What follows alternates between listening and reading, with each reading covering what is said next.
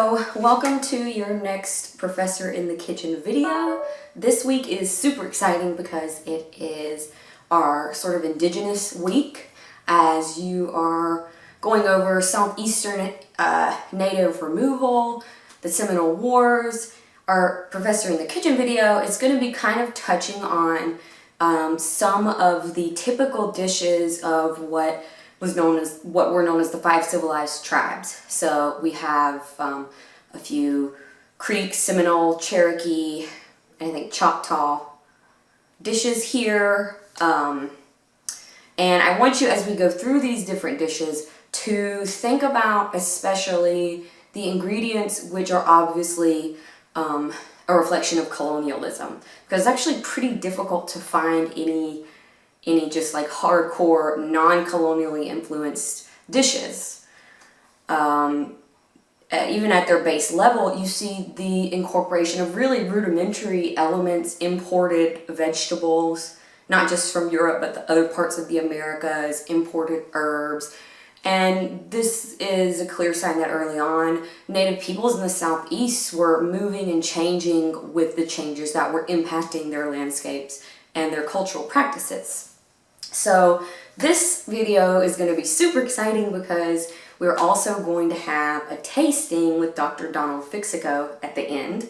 He is a very distinguished Native American scholar, and he'll tell you a little bit more about his own Indigenous background, and he works at ASU as well in the history department. So the first dish I'm going to go over with you is a pretty traditional venison stew. I tried to keep out as many of the colonial elements as I could. Again, you'll note there are a few things present, but this is a very basic stew with deer meat.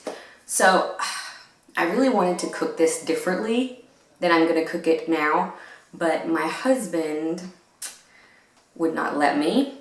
So I wanted to dig like a cooking pit out in the backyard, and then I was going to fill it with like hot coals and rocks that I had heated.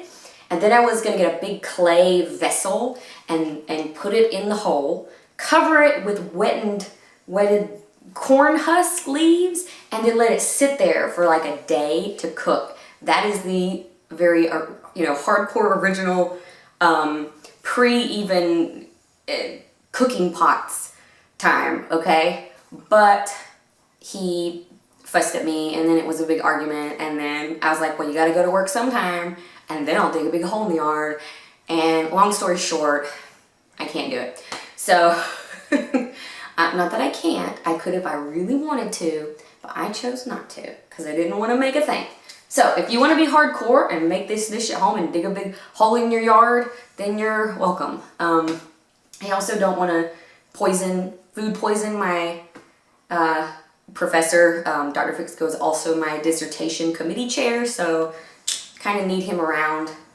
So this is probably safer.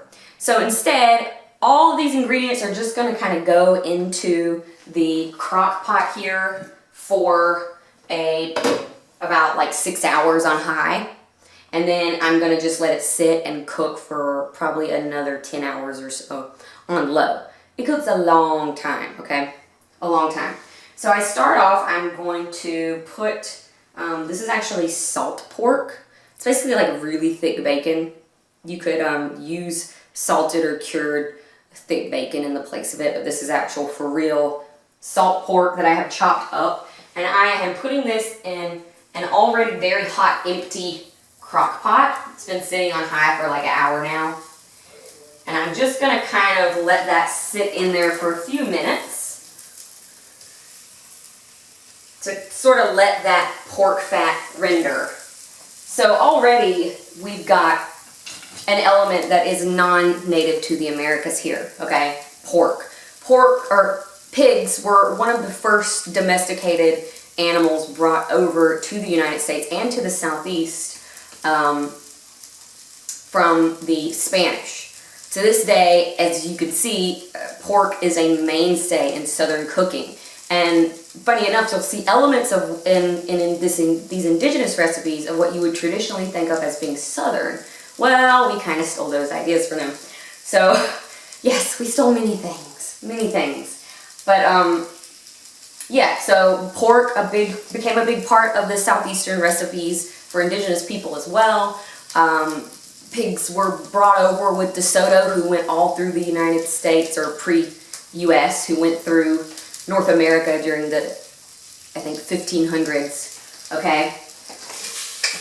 And to this day, wild hogs in the Southeast are a major problem, and quite a dangerous problem as well. Pretty similar in their aggressiveness to the javelinas that are in this area, and they run in packs, and they will get you if you're out hunting and are not prepared.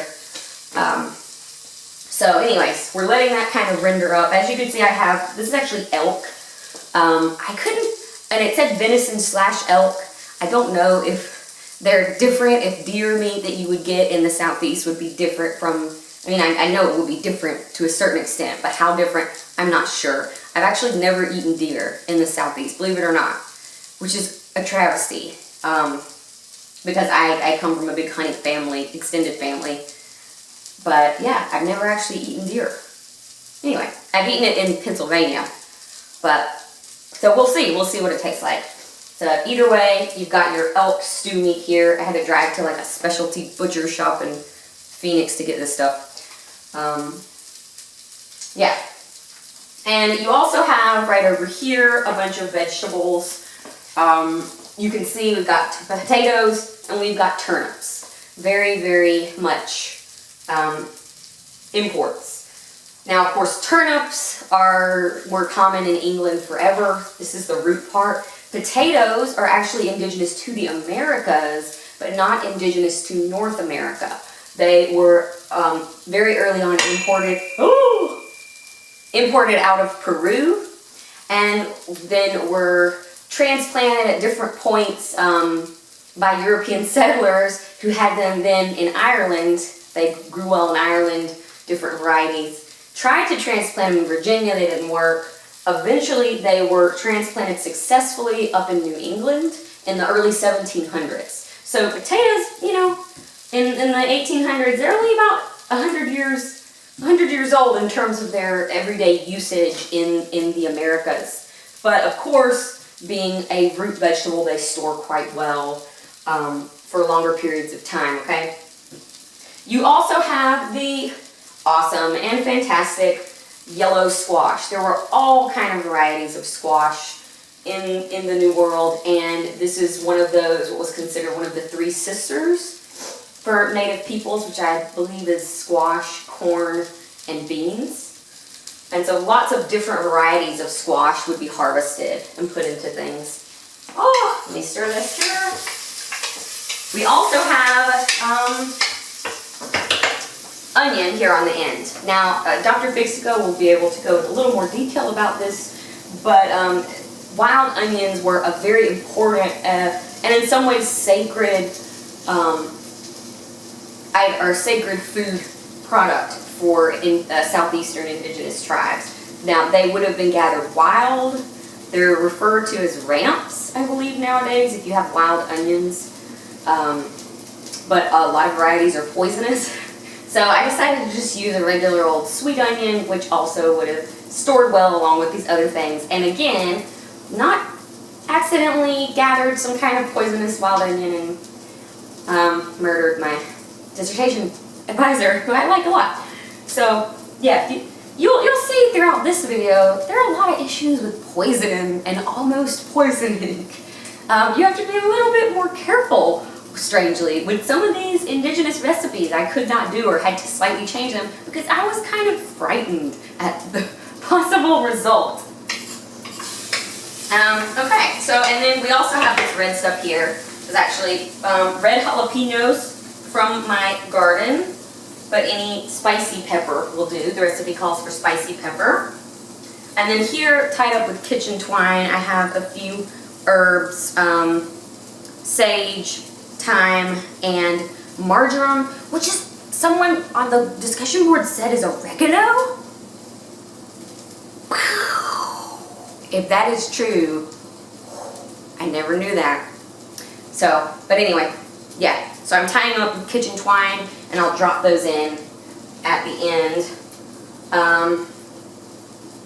And then as for ground up spices, keeping things very, very simple. Okay, so yeah, my said garlic powder, I had a garlic clove. This called for like a chopped up couple garlic cloves, which I had, but has disappeared, which happens sometimes when you have a almost 3-year-old. So no doubt in a few months I'll have a lovely smelly surprise somewhere in my house, like maybe under a pillow or behind a door or in the cat's dish or in the toy box. We'll see. Either way, I'm now just gonna have to go a little easier with garlic powder. And the only other spices that are going in are some salt, some ground up like chili powder. I'm using hot Hungarian, but you can really use any kind of ground up chili powder, and of course black pepper. And that's pretty much it. And a large part of this is a large part of the seasoning and the taste is just gonna come from the meat and from that salt pork, that rendered bacon fat. Delicious. Anyway, so all you have to do is, I'm just gonna dump the meat in now that fat has rendered a little bit. Oof.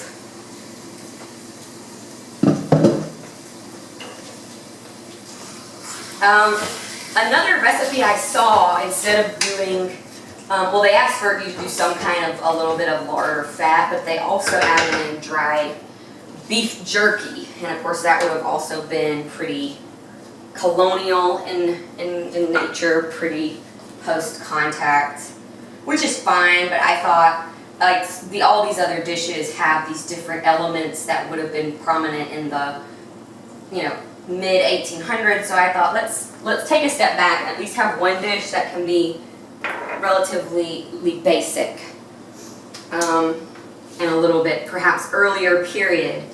I'm gonna do one of these here. This might be bad. This might be the bad thing that you all see happen on the video. Might be bad. I don't know. Whee! All right. Here we go. Oh, and by the way, I got this like traditional recipe from online, and it said it serves 6 to 8 people. Y'all, I have reduced this down. It called for like 3 pounds of potato, 5 onions, 2 pounds of turnip root. I mean, the quantities were insane. So this is reduced, believe it or not. And I don't understand how that could just be to feed 6 to 8 people. It seemed to be like a small army. So anyway, gosh, well, that's almost not fitting in my crock pot. And then that's pretty much it. This is gonna all reduce down, of course, as those vegetables start to lose moisture. But all that's left to do is pour on water to cover it up. Oh, and to add our little spices, which I tied these up with kitchen twine so that I can easily remove them. I'm gonna stick them down here. Goodbye. Farewell. Been buried. Okay, and now you can feel free to use your giant dicky cup, which I have many of. If you looked at my cabinet, you would be like, that is really sad. Those people eat way too much Dickies. But this is just plain water. And I'm just pouring this in and filling this up until it kind of covers everything. And it's got enough moisture to just cook down. And I'm guessing that this is just to taste. The recipe was like, pour in enough water to cover stuff. So, and again, this is a stew, so mine's probably not going to be quite as soupy as some people might have it. All right, so just going to let that cook for about 1,000,000 years, and then I will come back to you tomorrow in the morning, and we will go over a couple more very interesting recipes. What's great about these indigenous foods, not really this one, because this is like a traditional hunter's kind of stew, okay? But the other ones, like visually, the way they look, it's almost like at least me as a person who is not indigenous doesn't have quite the context to understand. how differently they look in terms of texture, in terms of shape. Hopefully that'll make more sense tomorrow when I do the next 3 recipes for you, and then when we have our tasting. Okay, class, so we are now moving on to our next 2 dishes before we head off to tasting with Dr. Fixico. And these are moving us a little bit more into the 19th century with some very obvious European influences, but still maintaining a lot of really traditional aspects of food culture as well from the Southeast. So right here, I am making up a major dish for a lot of different groups in the Southeast, which is called Softkey. So Softkey is essentially a nixtamalized corn-based drink, soup, or saute, depending on how you prepare it. Nixtamalization, Nixtamilization, is a very old and very heavily practiced cooking technique in indigenous North America, as well as in other places. It essentially is the application of an alkali substance to a not quite as processed, not quite as digestible food. In this case, like what we call in the South field corn, which is not that sweet, not that savory, is taken off of the cob and you either can put a type of lye on it or a type of lime.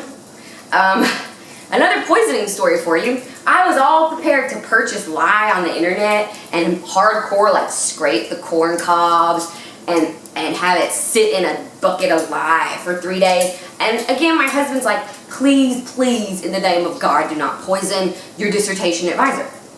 So I'm not going to, and instead I found out that hominy, yep, that's in like pozole, a lot of Mexican cuisine, is nixtamalized.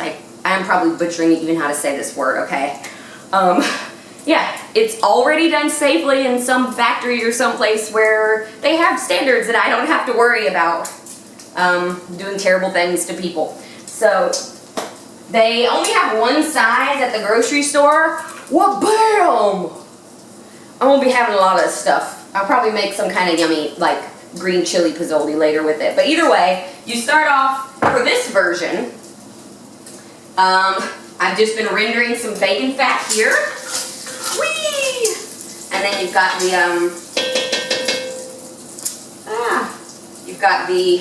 it's very interesting, corn kernels that have been in that alkali solution. Whee! And so I'm just going to stir this up. And we'll talk to Dr. Fixico a little bit more about the sort of sacred importance and the spiritual importance of Softkey as a food cultural item among different Southeastern tribes. So I'm going to let that just kind of do its thing in here for about 5 minutes. Meanwhile, I will move on to our other dish, which is Cherokee. Okay, so this is called Cherokee grape dumplings. Whoa. I'm actually boiling grape juice on the stove. This would have been made using what's called possum grapes. In the Southeast, we do have grapes. We have wild grapes, and a lot of them are of the muscadine or scuppernong variety. They're like a pretty goldeny, almost an ombre gold pink. They're large, they have seeds, and they're very sweet. So this is very much like, I am using Concord grape juice because they don't have scuppernongs or muscadines fresh out here in Arizona. So the next best thing is another indigenous grape, which is Concord.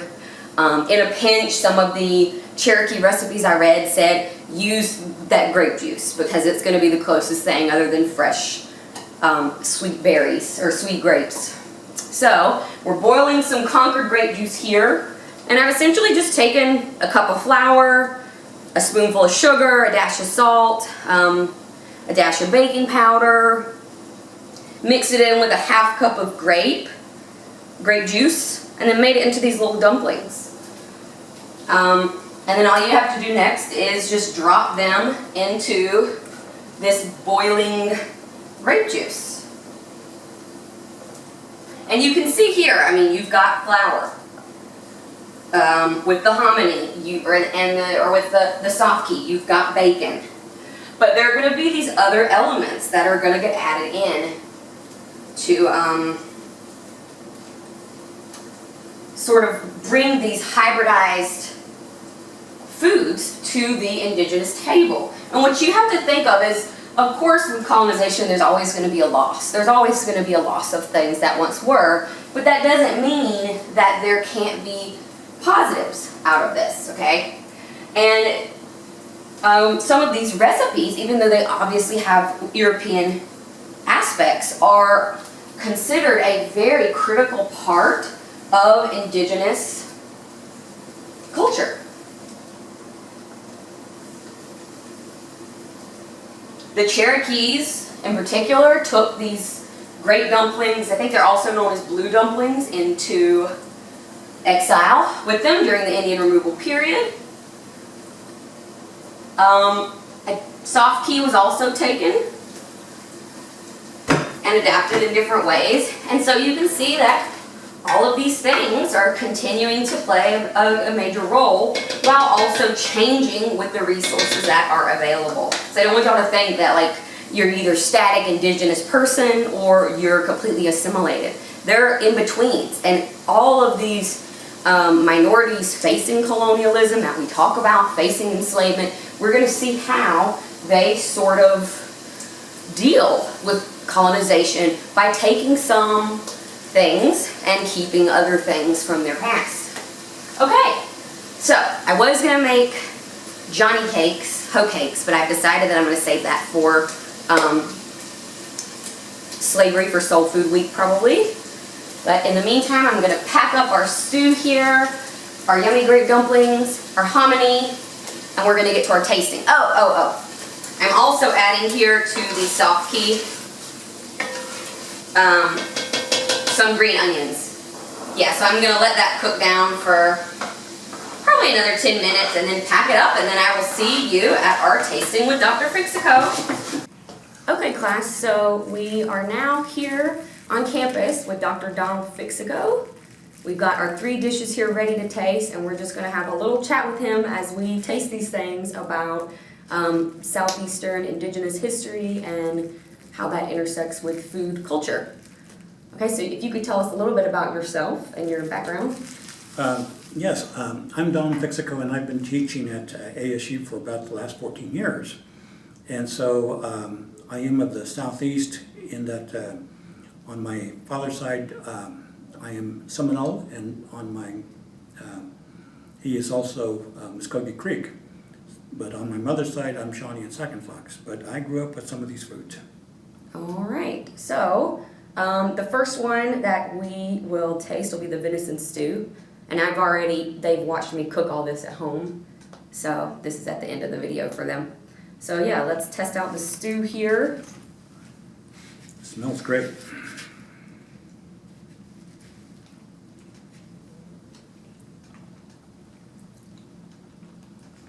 Oh, that's awesome. Now, was venison was that a common element of Southeastern dishes? Venison coming from, deer, then was quite common, and so it was obviously a food that had to be hunted, and so it was very much a part of the diet. The interesting thing about Indians of the Southeast is that they were able to begin with horticulture, which is really kind of an early form of agriculture, and by raising the 3 sisters, corn, beans, and squash, then they were able to supplement that with fishing and hunting, and so venison played a big part of their diet. Yeah, and a lot of these recipes, the stews, I saw all different varieties of squash. I didn't realize how many varieties there were until I started doing some research.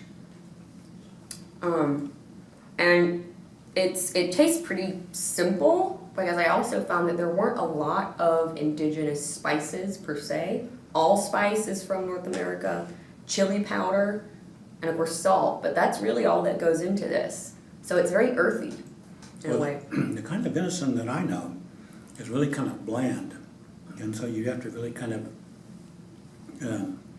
form the taste for it. But if that's what you grew up with, well, that's what you grew up with. And so any type of spice that is added enhances it, obviously, but for those people like myself who just were raised with this kind of venison as it was, then you get the juices from it, and it makes it more tasteful that way. But adding the spices and the potatoes, and that's really, that's extra. So that's great. Yeah. And I like that it's simple because you can actually taste, there's always a slight gaminess, I think, to venison, and like a velvetiness, and that really comes out without the domination of spices. As we saw in our first kitchen video, that's from the English tradition of cooking. They loved all kind of spices. So I had a few questions for you. Sure. How would you say that landscape and not just resources plays into sort of food culture in the Southeast?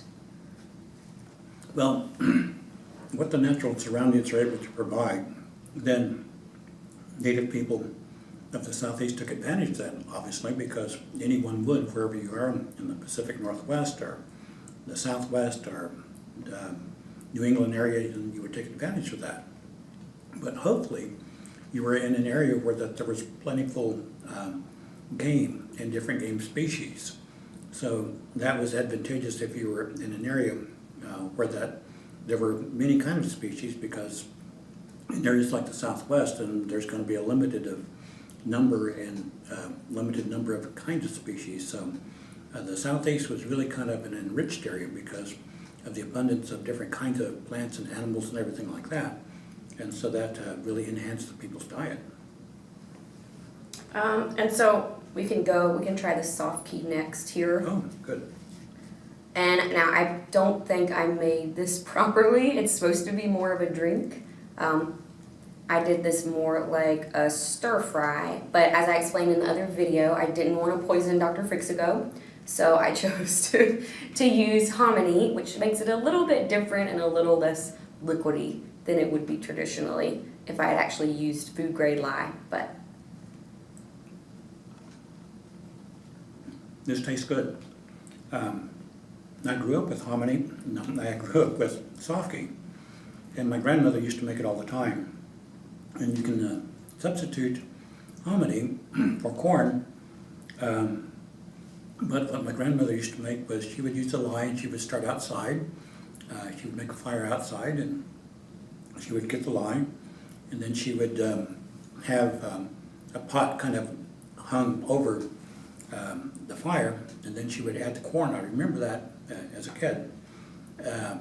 The challenge to that, and I'll say it was a challenge because Softkey really smelled pretty bad, but you had to kind of, it was an acquired taste, and so if you grew up with that, then the worse it smelled, you knew that the better it was going to be smell. And I remember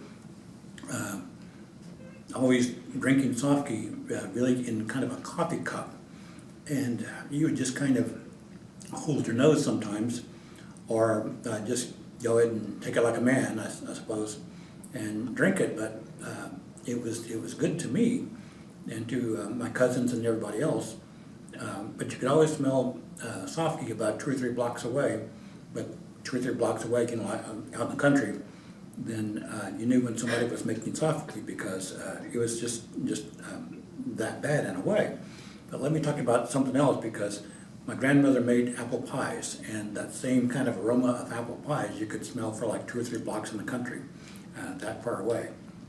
She would put them on the windowsill to cool, and so that aroma just carried with the wind. And if she was making pies, you made sure that you were home for dinner on time.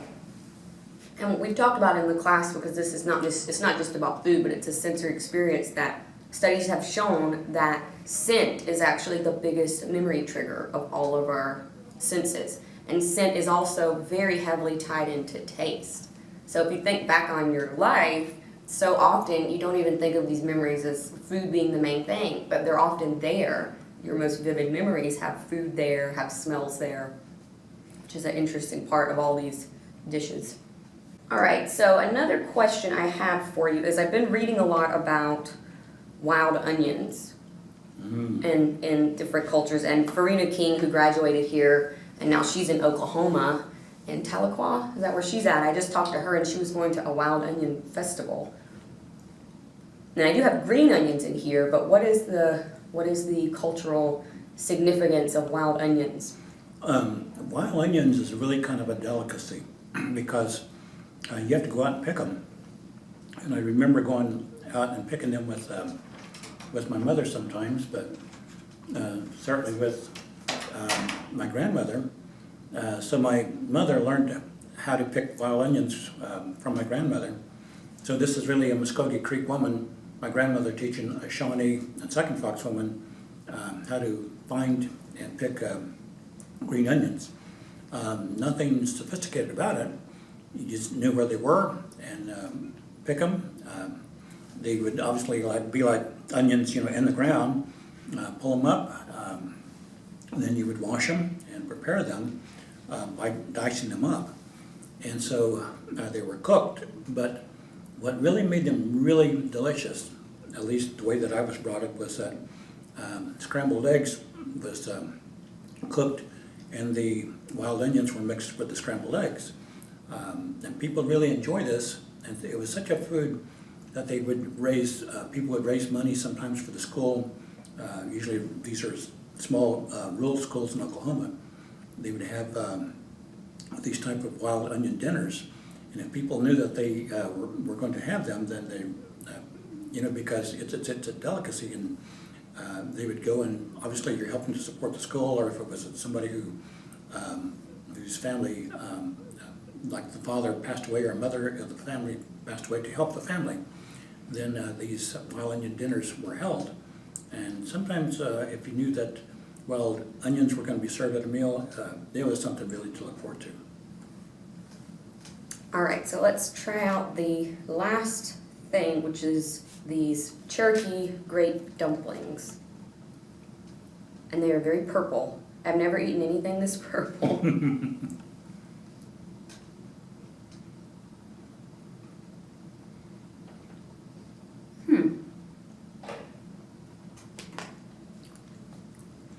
Yeah, this is really delicious.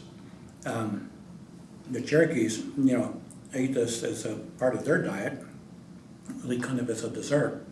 But I grew up this way too, not in the Cherokee tradition obviously, but we ate grape dumplings, and my grandmother would make this, and my mother learned to make grape dumplings too. And so this is really kind of a special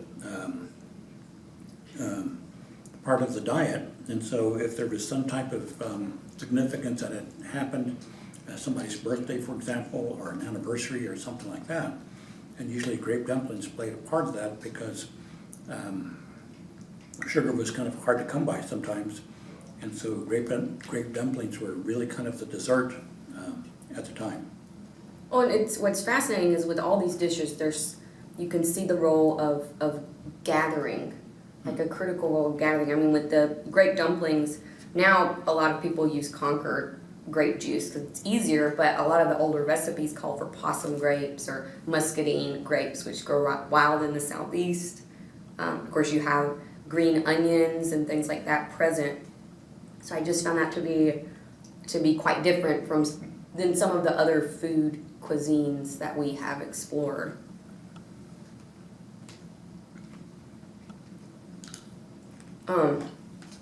Can you share with us just like a strong sort of food memory that you remember that is indigenous from your childhood? I think my strongest memory is Softkey, because we had that quite a bit. And the way that it was so much of a challenge to make it, and it seemed like it took a long time to make it, meaning many steps or several steps. Then I think that's what I remember most, because it was a very pungent smell. And those smells, I think probably the strongest memories that you have are the strongest kind of scents or aromas that stick in, that are embedded in your memory. And so Softkey was certainly, and so if you put that on one end of the spectrum, then the other end of the spectrum would be my grandmother's apple pies. And so both of them are great, but one of them smelled super great because it was the apple pies, but on the other side was the Softkey. But you know, when you're raised with a kind of limitation of a diet, then those are very important. One thing that I would also remember too, which doesn't have a smell to it, was we ate a lot of beans and rice, and because there's no lot of sugar that was used or to be had, then my grandmother would take molasses and pour it on top of the beans and rice, and that made it much more palatable to me as a kid. And so that was a favorite. But you know, you don't smell, you know, the beans and rice cooking as much as obviously the Softkey or the apple pies. And as we're moving forward with the class, one thing that is important to note is all these different sort of hybridized food ways. I was just telling Dr. Fixico before the video that I read this fascinating article about how when we think of Southeastern food, we think of soul food, and for probably the last 50 years or so, we're finally looking more into the impact of slavery on soul food, which we'll go over next week with Dr. Shimmerhorn in the department doing our tasting there. But this article pointed out that so many of these Southeastern recipes and soul food recipes have very strong connections with indigenous foods and indigenous dishes. So try to keep in mind the ways in which not just colonialism goes into these dishes, but the ways in which people and foods begin to intersect in these areas throughout history. Okay, and I will see you in the next food and tasting video.